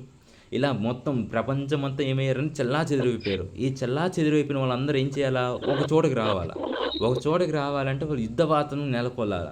యుద్ధ వాతావరణం వస్తుందంటే దాని అర్థం ఏంటంటే వాళ్ళకి ఇవ్వబడిన ప్రవచనం ద్వారా దేవుడు రాబోతున్నాడు, దేవుడు మన మధ్యలోకి దిగబోతున్నాడు. అదొక సూచనగా ఉంది. వాళ్ళకి ఫోన్ కాల్స్ కానీ, వివరాలు కానీ, విశేషాలు దేని ద్వారా అయినా సరే, రేడియో కానీ, టెక్నాలజీ కానీ, నెట్వర్క్ విషయం ఏదైనా మాట్లాడుకొని మరలా వాళ్ళకి పిలుపు వస్తుంది, వచ్చేయండి రా ఇక్కడికి అని. అప్పుడు వాళ్ళందరూ చేరుపడితే అప్పుడు 3వ దేవాలయము కట్టుబడి మొదలవుద్ది. ఇవన్నీ జరగాలంటే ఏం జరగాల? అక్కడక్కడ ఉన్న ప్రాంతాల్లో ఉన్న యూదులందరూ ఏమవ్వాలా? ఒక చోటకి రావాలంటే దాని అర్థము యుద్ధాలు జరగాలి. దాని నిమిత్తమే యుద్ధాలు జరుగుతున్నాయండి. 2వ ప్రపంచ యుద్ధంలో ఆ కాలంలో హిట్లర్ దగ్గరగా 1,500,000 మందిని ఊచకోత కోసాడు, యూదుల్ని. దాని నిమిత్తం అక్కడి నుంచి ఇంకా చెదరగొట్టబడ్డారు. అలా చెదరగొట్టబడిన తర్వాత వాళ్ళందరూ మాకు ఒక దేశం కావాలి, మాకు దేశం ఉండాలి అని 1948లో ఇజ్రాయేల్గా దేశంగా పేరు పొందింది. దీని గురించి సాదృశ్యంగా దేవుడు ఒక చోట ప్రవచనాత్మకంగా మాట్లాడతాడు. ఎక్కడ మాట్లాడతాడు? మత్తయి సువార్తలో రాయబడి ఉంటుంది. అంజురపు చెట్టు దగ్గరికి వెళ్ళి మాట్లాడతాడు. రైట్? అంజురపు చెట్టు దగ్గర నువ్వు ఫలించాలి, దానికి ఒక పేరు, నూతన పేరు. అంటే ఇవన్నీ దేన్ని స్వాతంత్రం నిమిత్తము మాట్లాడిన ఒక ప్రవచనాత్మకమైన ఉద్దేశంతో కూడిన ప్రవచనం. దేవుడు మాట్లాడాడు అంటే స్వేచ్ఛకు రావాలి. అది ఒక దేశంలో, మనకు ఉన్న దేశం 170-180 దేశాలలో అది కూడా ఒక దేశంగా ఎంత దాని ఒక జనాభా ప్రపంచ జనాభాలో అన్నింటిలో కలిపితే 0.3% మంది ఉంటారు. ఆ జనాభా అంతమంది ఏర్పరచబడిన తర్వాత కొంతమంది, కానీ అన్ని రంగాలలో వాళ్ళు ఎలా ఆశీర్వదించబడ్డారంటే దేవుడు ఇచ్చిన వాగ్దానమును బట్టి. చుట్టూ శత్రు దేశములే, సిరియా, అలానే గాజీ, చుట్టూ ప్రాంతంలో మొత్తం అరబ్ దేశాలు, ఏయు అంటే యుఏఈ, యూనియన్ అరబ్ ఎమిరేట్స్, ఏవైతే అరబ్ దేశంలో ఉన్నాయో ప్రతిదీ కూడా చుట్టూ ఉన్నాయి. మధ్యలో మాత్రమే ఉంటుంది. ఈ యొక్క మధ్యలో ఉన్న ప్రాంతము చుట్టూ శత్రువులు ఉంచుకుండి కూడా, చుట్టూ శత్రువులు ఉండి కూడా ఏం చేయట్లా? ఆ ఇజ్రాయెల్ దేశం అందరికి కట్ అవుతుందా?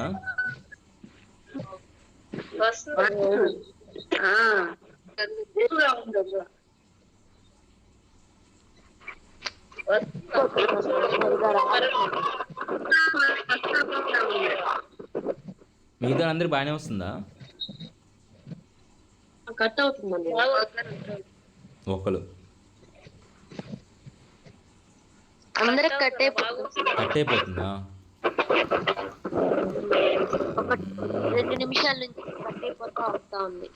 అవునా? ఎక్కడ దాకా విన్నారు?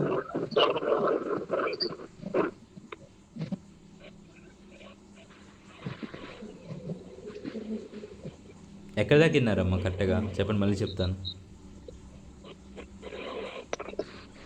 చెప్పండి లేము, ఇశ్రాయేల్ గురించి చెప్తున్నారు కదా. ఆ, అంటే దేవాలయం గురించి విన్నారా? ఆ, ఓకే. చెప్పాం. రెండవ ప్రపంచ యుద్ధంలో మన హిట్లర్ ఎలా అయితే అక్కడి నుంచే కదా వినాల్సింది. అక్కడి నుంచి ఆ, హిట్లర్ ఏం చేశాడంటే 1,00,000 మందిని ఏం చేశాడంటే ఊచకోత కోసాడు. ఆ ఊచకోత కోయడం ద్వారా ఏమైందంటే అక్కడ చెల్లా చెదురైపోయిన వాళ్ళందరిలో అక్కడ ఉన్న వాళ్ళు ఏం ఆలోచించారంటే, మనం ఒక చేతిలో బానిసగా ఉంటే ఇలానే జరుగుద్ది, ఒక దేశంలో మనం ఉంటే ఇలానే ఉంటాము, మన స్వతంత్రమైన భూమికి మనం పోదాము, అక్కడ మనం స్వతంత్రించుకుందాం, ఆ యొక్క ప్రాంతాన్ని దేశంగా మార్చుకుందాం అని చెప్పేసి ఇజ్రాయెల్ 1948లో స్వతంత్ర దేశముగా అన్ని దేశాలతో పాటుగా లెక్కలోకి వచ్చింది. ఓకేనా? ఇప్పుడు స్వాతంత్రించుకునేది ఎందుకు స్వాతంత్రించుకుందంటే, దేవుడు చెప్పిన ఒక ప్రవచనం, అంజరపు చెట్టు దగ్గర చెప్పిన ప్రవచనం నెరవేర్చుటకి జరిగింది. ఇప్పుడు వచ్చిన వీళ్ళందరూ కూడా చుట్టూ ఉన్న ప్రాంతాలు ఏ ప్రాంతాలు ఉన్నాయి అంటే అన్నీ కూడా అరబ్ ప్రాంతాలేనండి. మొత్తం 17 ప్రాంతాలు 18 ప్రాంతాలు ఉంటాయి. 18 ప్రాంతాలు కూడా ఏముంటాయంటే అరబ్ దేశాలే, మనకు వ్యతిరేకం ఉన్న వాళ్ళే. అయినను సరే మధ్యలో ఉన్న ఈ ప్రదేశం ఏ ప్రదేశంలో ఉన్నాయి అంటే మన అరబ్ యూనియన్, అరబ్ ఎమిరేట్స్ అన్ని కొన్ని దేశములు ఉంటాయి. ఆ చిన్న దేశాలన్నీ కూడా మన దేశం మీద అంటే ఇజ్రాయెల్ దేశం మీద యుద్ధం చేయాలని, దాన్ని స్వాధించుకోవాలని. ఎందుకంటే తెలుసు ఆ యొక్క దేశంలో ఉన్న వాగ్దానం ఎలాంటిదో వాళ్ళకి. ఎందుకంటే మనం ఇంకా చరిత్ర వెనకేసుకు వెళ్తుంటే అబ్రహాముకి మొదటి పుట్టిన సంతానం ఎవరు? దాసి ద్వారా నుంచి పుట్టినది ఇస్మాయిల్. వాయిస్ కట్ అవుతుందా? లేదు కదా. ఇస్మాయిల్ ద్వారా వచ్చారు, మహమ్మదీలు వచ్చారు. మహమ్మదీ సంతానం అక్కడి నుంచి బయలుదేరుకుంటూ వచ్చింది. రెండవది దేవుడు వాగ్దాన పుత్రునిగా ఇచ్చిన ఇస్సాకు ద్వారా నుంచి ఎవరు వచ్చాము? మనం వచ్చాం. మనం అందరం క్రైస్తవులందరూ, యూదులందరూ ఇచ్చిన దేనిలో నుంచి? అబ్రహాముకి ఇచ్చిన వాగ్దానం నుంచి ఇచ్చారు. కాబట్టి వీళ్ళిద్దరికి మొదటి నుంచి ఏముండదంటే పడదన్నమాట. ఈ చుట్టూ ఉన్న ప్రాంతాలన్నీ అరబీ అంటే మహమ్మదీల యొక్క ప్రాంతాలు. మధ్యలో ఉన్నది ఏంటిది? మన ప్రాంతము. ఈ గాజీ కానీ, లేదంటే లెబానాన్ కానీ, లేదంటే సిరియా కానీ, ప్రతి విషయం మనం బైబిల్లో చదివిన ప్రాంతాల్లో కానీ, లేదా ప్రజెంట్ ఉన్నవన్నీ కూడా మన దేశంలో స్వాతంత్రించుకోవాలని. అవును, ఇజ్రాయెల్ దేశం అంటే మన దేశమే కదా, మనం కూడా యూదులమే కదా, అందుకే మన దేశం అంటున్నా. భారతదేశం మన దేశమే, ఇజ్రాయెల్ కూడా మన దేశమే. అందుకే చూడండి, ఇజ్రాయెల్ ప్రేమించేవారు లేఖనం సెలవిచ్చిన మాట అది. కాబట్టి మన దేశంని స్వాతంత్రించుకోవాలని చెప్పి చుట్టూ ఉన్న ప్రాంతాలు ఉన్నప్పుడు దాన్ని ఏం చేస్తున్నారు? ఒక్కరు కూడా స్వాతంత్రించుకోలేకపోతున్నారు. ఎందుకు స్వాతంత్రించుకోలేకపోతున్నారంటే వాగ్దానము. ఇజ్రాయిల్ను కాపాడువాడు కొనకడు నిద్రపోడు. అన్ని దేశాలు ఏకంగా వచ్చినా సరే అంటండి ఇజ్రాయెల్ కొల్లగొట్టలేదంట. అది ఎంతసేపు ఉన్నది కొంతమంది అయినా సరే టెక్నాలజీ విషయంలో కానీ, లేదంటే వ్యవసాయం విషయంలో కానీ, ఒక వ్యక్తి మాట్లాడుతూ, ఒక చరిత్రకారుడు మాట్లాడుతూ అంటారంట, వాళ్ళ బ్లడ్ వేరు, వాళ్ళ వంశం వేరంట. అదే రీతిగా వాళ్ళు అవసరమైతే సముద్రంలో నీటిలో పంట పండిస్తారు, ఆకాశంలో పంట పండిస్తారంట, భూమి మీద కూడా పంట పండిస్తారు. అంత టెక్నాలజీ. మనకు ఇరిగేషన్ ఎక్కడి నుంచి స్టార్ట్ అయిందంటే మనకు ఆ యొక్క దేశం నుంచి ఇరిగేషన్ తీసుకొచ్చారు. ఆ టైంలో చంద్రబాబు నాయుడు ఉన్న టైంలో ఇరిగేషన్స్ అప్పుడు విన్నాం. 2001, 2002 సంవత్సరం ఆ టైంలో ఇరిగేషన్ వ్యవసాయపు యొక్క దీన్ని తీసుకొచ్చాము, ఇజ్రాయెల్ దేశం నుంచి మనం దాన్ని తెచ్చుకున్నాము అని చెప్పేసి మాట్లాడారు. వ్యవసాయంలో కానీ, ఆర్థిక స్థితిలో కానీ, అలానే యుద్ధాల యొక్క వాటిలో కానీ అన్ని విషయంలో కూడా ఏమైనాయి? వాటి యొక్క ఇజ్రాయిల్ అన్నిట్లోనూ ఉంది. మనకు నోబెల్ శాంతి సంబంధించిన కొన్ని అవార్డులు ఇస్తారండి. మొత్తం ఇప్పుడు దాకా 950 అవార్డులు వస్తే దాంట్లో 250 పైన చిల్లరే ఎవరు స్వాతంత్రించుకున్నారంటే యూదులే. ఐన్స్టైన్ ఒక యూదుడు. మనకు తెలిసిన ప్రతి ఒక్కరు చాలా శాస్త్రవేత్తలు అందరూ యూదులే. 250 చిల్లర అన్నీ కూడా. అయ్యయ్యో, ఇవాళ ఏమైంది?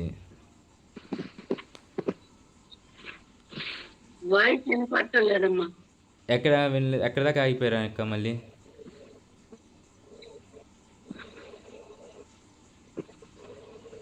సరే, నేను రికార్డ్ చేస్తున్నాను, ఈ రికార్డింగ్ పెడతాను, ఒకసారి చూడండి. ఈ రికార్డ్ ఎలా వస్తుందో కూడా చూసి పెడతాను, సరేనా?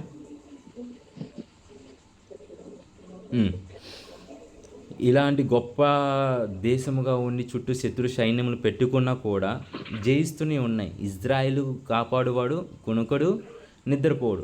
ఈ యుద్ధ విషయంలో తెలియడం బట్టి యూదులందరూ ఒక చోట చేరతారు. యూదులు చేరిన తర్వాత వాళ్ళందరూ ఆరాధించుకోవడానికి ఒక దేవాలయం కావాలి కాబట్టి ఆ దేవాలయము కట్టబడాలి. ఈ దేవాలయం కట్టబడాలంటే మీరందరూ ఇజ్రాయెల్ ఫోటోలు చూడగానే మనకు ఒకటి గోల్డ్ కలర్లో ఒక షీల్డ్లా కనిపిస్తూ ఒక కోటలాగా ఉంటుంది. ప్రతి ఫోటోలో ఉంటుంది. వాగ్దానం చూసే క్యాలెండర్లో కానీ అన్నింటిలో కూడా ఇజ్రాయెల్ని చూపించగానే దాన్ని ఒకటి చూపిస్తారు, రాక్ టెంపుల్ అని. అది ఎవరిది అంటే మంది కాదు. అది ముందుగా అసలు అది ఎవరిది కూడా కాదు. అప్పుడున్న ఒక రాజు, ఆ రాజు పేరు మర్చిపోయానండి. ఆ రాజు తనకున్న ఆస్తిని అమ్మి 1 కేజీ బంగారముతో దాన్ని షీల్డ్ తయారు చేశాడంట, డూమ్ షీల్డ్. అది బంగారపు పూతతో రాయబడి ఉన్నది విషయం. ఇవన్నీ ఎందుకు మాట్లాడుకుంటున్నాం అంటే రెండవ దాంట్లో గురించి ఏమైనా విషయం ఉందంటే, ఎర్రని దాని వేడుక అంటే అది ఏం చేస్తుందంటే యుద్ధము ప్రకటించడానికి వస్తుంది, యుద్ధము చేయించడానికి. అంటే సమాధానం పెడిచిన ఏదైతే మొదటి గుర్రం ఉందో ఆ గుర్రంని యొక్క సమాధానం, తాత్కాలిక సమాధానం పోయి రెండోది ఏవి వింటామంటే యుద్ధముల గురించి ఎక్కువ వింటాం. అంటే దీన్ని బట్టి మనకి ఏం అర్థమైందంటే రెండో ముద్ర కూడా విప్పబడిందని అర్థం కావాలి. ఎందుకంటే ఎప్పుడు చూడని అన్ని యుద్ధాలు, ఎప్పుడు మనం వినని అన్ని యుద్ధాలు ఈ సంవత్సరం అధికంగా విన్నాం. మన ఇజ్రాయెల్ చేసే యుద్ధాలే కానీ, గాజీతో యుద్ధం జరిగింది ఒకటి సంఘటన. రెండోది వచ్చేసేమో మొన్న రీసెంట్గా జరిగిన ఖతర్ ప్రాంతంలో యుద్ధము. అంటే వాళ్ళు అక్కడ నక్సల్ని ఎక్కువ తయారు చేస్తున్నారని చెప్పేసి అక్కడ యుద్ధం చేయడము. దుబాయ్కి కూడా ఒక లేఖ పంపించింది, ఇక్కడ మీ దగ్గర కూడా ఎవరైతే ఉగ్రవాదులు ఉన్నట్టు తెలిస్తే మీ మీద కూడా యుద్ధం చేస్తాము, మీ మీద కూడా మేము యుద్ధం ప్రకటిస్తాము, ఎందులోనూ మేము తగ్గము, ఎవరు ఎన్ని చెప్పినా సరే మేము ఎంది వినము అని చెప్పేసి ఒక తీర్మానం, స్టేట్మెంట్ కూడా పాస్ చేసిందండి. అంటే ఈ రెండో విషయం మనకు అర్థం అవ్వాలి అంటే మనకి ముఖ్యంగా ఏమర్థం లేఖనం నుంచి రెండో ఒక ముద్ర కూడా విప్పబడింది. అంటే మొదటి ముద్ర వచ్చేసి దేని సాదృశ్యంగా ఉంది, శాంతికి సమాధానములు కలిసి యుఎన్ఓ. ఆఖరికి యుఎన్ఓ చెప్తున్నా సరే వినట్ల, మేము వినము అని చెప్పి గట్టిగా మాట్లాడుతుంది ఇజ్రాయెల్. అంటే అప్పుడు ఆ లెక్కలో యుఎన్ఓ ఏదైతే శాంతి సంబంధించిన ఏవైతే ఆర్గనైజ్ సంస్థలు ఉన్నాయో అవన్నీ కూడా తాత్కాలికమైన అర్థమవుతున్నాయిగా. ఒకవేళ అవే స్థిరంగా కరెక్ట్గా ఉండుంటే మొదటి ప్రపంచ యుద్ధం ఎందుకు జరిగేది, రెండో ప్రపంచ యుద్ధం ఎందుకు జరిగేది, మూడో ప్రపంచ యుద్ధానికి దారి తీస్తుందేమో మొన్న జరిగిన సంఘటన అని కూడా అనుకున్నారు.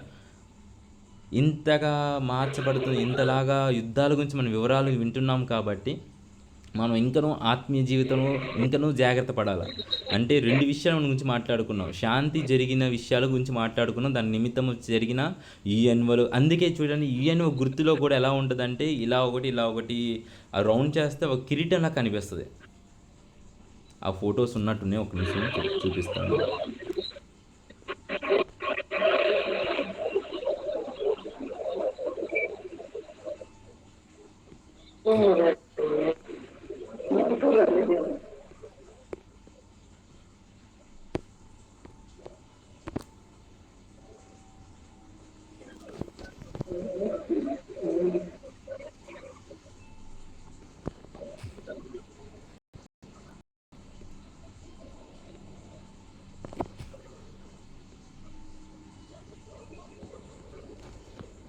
ఇవన్నీ వచ్చేసి చూడండి, United Nations, US Institute of Peace, International Peace Institutions, Peace Direct, Peace Action, Peace Research Institute, Oslo, Women's International Legal for Peace and Freedom, Global Partnership and Preventions of Armed Confusion, Seeds of Peace, Stockholm International Peace Research Institute, Pax Christ, International Peaces Groups, Global Peace Foundation, Mercy Crops, Search for Common Ground, ఇలాంటి రకాలన్నీ piece సంస్థలని, అంటే శాంతి సంస్థలని ఇన్ని రకాలుగా స్థాపించబడిన కూడా ఇంకను యుద్ధాల గురించి మనం వింటున్నామంటే ఆ యొక్క శాంతి ఏంటి అని అంటే అర్థం తాత్కాలికమైనవని అర్థం.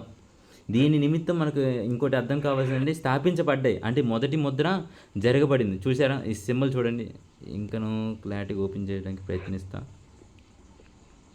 ప్రపంచాన్ని శాంతి కోసం చుట్టూ చూసారా, ఫ్రెండ్షిప్ శాంతి ఒప్పందం కోసం. ఇదే రేపు దినమున ఏడేళ్ల శాంతి ఒప్పందం కూడా ఒకటి జరగబోతుందని చెప్పుకుంటూ భయపడుతున్న విషయం ఏంటంటే ఇది కూడాను, దీంట్లో కూడా శాంతి ఒప్పందం జరగబోతుందేమో, అంటే ఇంకెక్కడ కూడా యుద్ధాలు జరగకుండా ఇంకా తీవ్రంగా దాని తర్వాత జరగవలసింది జరుగుద్ది. అంటే ఇవి పెట్టిన తర్వాత ఏమవుద్ది, ఒకడు వస్తాడు, ఒకడు నిలబడి దీంట్లో నుంచి ఒకడు వచ్చి ఈ యొక్క శాంతిని నెలకొల్చడానికి యుద్ధములు ఏమీ లేకుండా ఇంకా వాడి మాత్రమే అజారిటీగా వాడి మాట మాత్రమే అధికారంగా ఉంటూ తన తలకి మీద ఏం పెట్టాడంట, కిరీటం, అంటే అధికారానికి సూచనగా ఉన్న ఆ వ్యక్తి దీనిలో నుంచి వచ్చి ఆ యొక్క 3వ దేవాలయంలోకి కూర్చుంటాడు.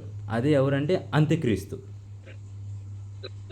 దీనిలో నుంచి వచ్చి శాంతి అని చెప్పేసి దాని లోపల నుంచి వచ్చి ప్రతి యుద్ధాన్ని ఆపుతూ, ప్రతి యుద్ధానికి జరగవలసిన వీడే మళ్ళీ సహాయం చేస్తూ, టెక్నాలజీలో కానీ అన్నిట్లో విషయంలో ఉంటూ మరలా ఏమవుతున్నాడు, మూడో మందిరంలోకి వెళ్ళి వచ్చి నేనే క్రీస్తుని చెప్పేసి కూర్చుంటాడు.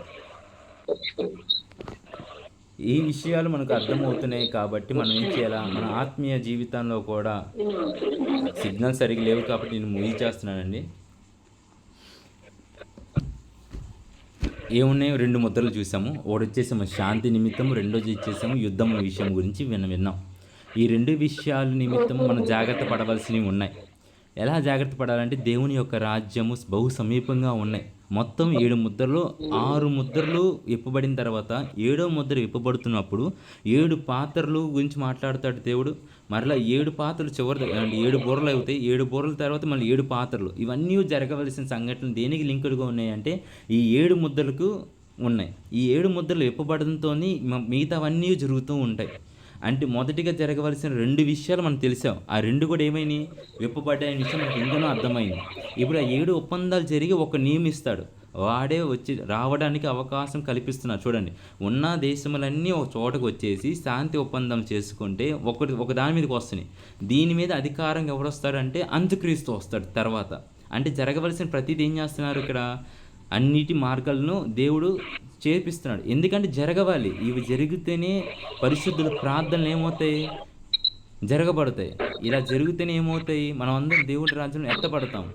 ఇలా జరిగితేనే కానీ దేవుని యొక్క ఉగ్రత భూమి మీదకి రాదు. ఇలా జరిగితేనే కానీ దేవుని యొక్క రాజ్యం మనం ఎత్తపడి దేవుడు ఏదైతే అనుకున్నాడో, ఏదైతే ఇవ్వాలనుకున్నాడో ఆ నూతనమైన భూమి, ఆ నూతనమైన ప్రతి జీవితమైనను సరే జరగాలంటే ఖచ్చితంగా ఏమవ్వాలా, జరగవలసినవి జరగాలి. జరుగుటకు 2 అంశాలు మనం చూసాము. ఒకటి వచ్చేసేమో శాంతి నెలకొంచుటకు ఆర్గనైజేషన్లు స్థాపించబడ్డాయి. అలానే ఆ శాంతిని, తాత్కాలిక శాంతిని విడిపించే యుద్ధాలు కూడా జరుగుతున్నాయి. కాబట్టి మనం ఇంకనూ ఆత్మీయ జీవితంలో ఇంకా కట్టుకోవాలి. మనం ఇంకనూ ఏడాది పడిపోతున్నాము. దేవుని రాజు బహు సమీపంగా ఉంది కాబట్టి దేవునిలో ఇంకనూ మనం ఎలా ఉన్నాం, ఏ కోణంలో ఆగిపోయాం, ప్రతిదీ కూడా మన జాగ్రత్త, మన మనోనేత్రాలు తెరచబడి ఆత్మ సహాయముతో ప్రతి దాంట్లో వర్ధిల్లేటకు ప్రార్థనలో కానీ, ఉపవాస ప్రార్థనలో కానీ, వాక్య పఠనంలో కానీ మనం ఏమవ్వాలంటే జాగ్రత్తగా మెలకువతో ఉండి కనిపెడుతూ చేసుకుంటూ మన జీవితాలని కట్టుకుంటూ ఉండాలి. అంతేకాని అప్పుడు వాళ్ళున్న 5 బుద్ధి లేని కన్నికలు ఎలా అయితే చూసుకుందాం తర్వాత ఉందిలే ఇంకా రోజులు ఉన్నాయి, వీళ్ళు ఎంత చెప్తారు, నా చిన్నప్పటి నుంచి వింటున్నాము అనేది విషయంలో ఇంకా అలా ఉంటే దేవుడు ఖచ్చితంగా వస్తాడు. ఖచ్చితంగా రాకడ సమీపంలో ఉన్నాం. నేను బహుగా నమ్ముతున్నానండి. మన ఈ తరంలో కానీ లేదా మన పిల్లల తరంలో కానీ ఖచ్చితంగా రాకడ మాత్రం నిశ్చయం. దేవుడు బహు సమీపంగా ఉన్నాడు. కాబట్టి మనం ఎత్తపడటకు ముందు మనం సిద్ధపడాలి, ఇతరులను సిద్ధపరచాలా. ఇతరులను సిద్ధపరచాలంటే ముందు మన యొక్క ఆత్మీయ జీవితం మనం ఎదుగుదలతో ఉండాలి. కాబట్టి ప్రతి ఒక్కరూ పాపం విషయంలో జాగ్రత్తగా పడకుండా దేవుని ఒక విశ్వాసంలో కట్టుకుంటూ ప్రార్థన అనుభవంలో వెళుతూ వాక్యానుసారంగా జీవించుటకు దేవుడు మనకు ఆత్మను అనుగ్రహించునుగాక. ఆత్మ చెప్పు సంగతులు ఏమనగా చెవులున్నవాడు వినుగాక. ప్రార్థన చేసుకుందాం. పరిశుద్ధ మహోన్నతుడ గొప్ప దేవ, అద్వితీయకు తండ్రి, సమాధానము కర్తైన ప్రభువ, నీ నామమును బట్టి నీకు స్తుతులు స్తోత్రములు చెల్లిస్తున్నాను. అయా ఇదిగో నా తండ్రి, విప్పబడిన 2 ముద్రలు గురించి నువ్వు మాట్లాడిన విషయములు బట్టి నీకు స్తుతులు స్తోత్రములు చెల్లిస్తున్నాం. ప్రభువా ఇదిగో నా తండ్రి, నీ రాక బహు సమీపంగా ఉన్నది. అయా ఇదిగో నా తండ్రి, దాని నిమిత్తము మేము ప్రార్థించుకుంటున్నాం. ఆ యొక్క వ్యక్తిగత జీవితంలో కానీ, కుటుంబ జీవితం, ఆత్మీయ జీవితంలో అన్నిట్లో నా ప్రభువా నీ యొక్క చిత్త ప్రకారం జరిగే రీతిగా, నీ చిత్తంలో ఉండే రీతిగా పరిశుద్ధాత్మదేవ ప్రతి కార్యము జరిగించి అయా మా యొక్క అంతరంగంలో ఆత్మ అయా అగ్నితో మండించే కృపను అనుగ్రహించమని ప్రతి ఒక్కరి మీద నా తండ్రి నీ యొక్క ఆశీర్వాదం ఉంచి సహాయం చేయమని నాజరేయుడైన యేసు పరిశుద్ధ నామమున అడివేచుకుంటున్నాం మా పరమ తండ్రి, ఆమేన్. యేసు రక్తమే జయం, శిలువ రక్తమే జయం. విజయము మీకు అనుగ్రహించబడునుగాక. మీ గృహముల మీద నీతి వస్త్రము ఉండునుగాక, రక్షణ వస్త్రము ఉండునుగాక, శాంతి సమాధానమును వ్యాజ్యమాడునుగాక. మీ మీద, మీ కుమారుల మీద, మీ గృహము మీద నిరంతరం ఆయన కృప వ్యాజ్యమాడునుగాక. ఆమేన్, ఆమేన్, ఆమేన్. అందరికీ షాలోమ్ అండి. అందరూ ఒకసారి స్క్రీన్లో ఆన్ చేస్తే ఒకరికి ఒకరు వందనాలు తెలియజేసుకుందాము. సహోదరులు ఒక చోట ఉంటే వందనాలు తెలియజేసుకోమని లేఖనం సెలవిస్తుంది కనుక మీ అందరికీ హృదయపూర్వకంగా దేవుని పేరిట వందనం తెలియజేస్తున్నాం. అందరికీ షాలోమ్ అండి.